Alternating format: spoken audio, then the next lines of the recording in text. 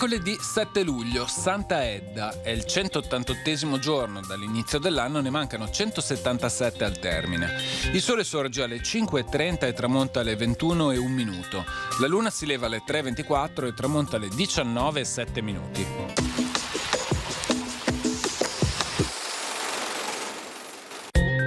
Nel corso di una crociata, l'esercito cristiano, dopo 5 mesi di assedio, espugna la città di Tiro.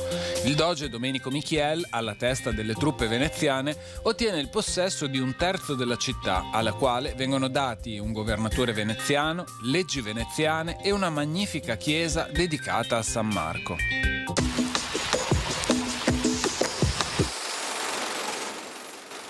Le previsioni per domani. Cielo in prevalenza poco nuvoloso, con ampi spazi di sereno, ma anche alcuni addensamenti dal pomeriggio, specie in montagna e sulla pianura interna, ove sarà più probabile qualche locale precipitazione a prevalente carattere di rovescio o temporale. Le temperature minime subiranno un contenuto aumento sull'entroterra pianeggiante e contenute variazioni di carattere locale altrove. Le massime aumenteranno un po', salvo stazionarietà sulla parte più occidentale di pianura e prealpi.